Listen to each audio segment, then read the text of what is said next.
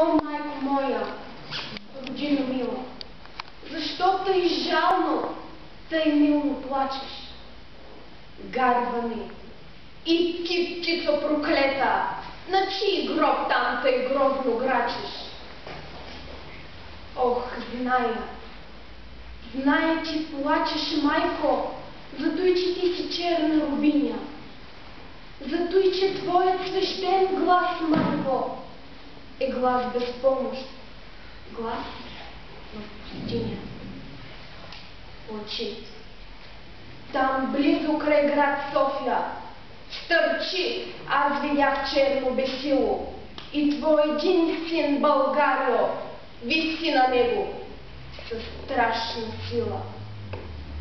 Гарва над грачи грозно, зловещо. Псета и вълци бият в полята. Старци се молят Богу горещо. Жените плачат, пищят децата. Зимата пее своята зла песен. Вихрове гонят страни в полето. И студ, и мраз, и плач безнадежда навяват на теб с кръв.